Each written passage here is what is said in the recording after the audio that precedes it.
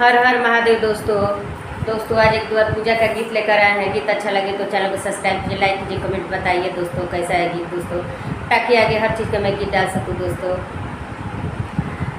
समधी ले ओइले बजाना चला दुल्हवा हो, समधी ले ओइले बजाना चला दुल्हवा हो, पापा के फाटेला करे जय लाला, आमा के फाटेला करे जय लाला।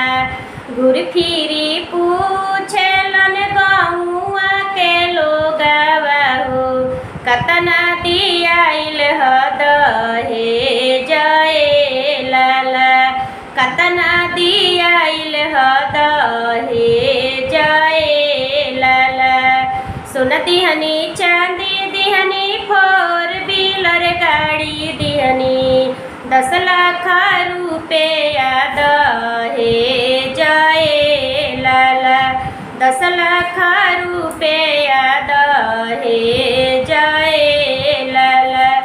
अतना लिहल समधी तिलक से पहिले हो, अतना लिहल समधी तिलक से पहिले हो, आज काढ़े अइले करे जय लाला।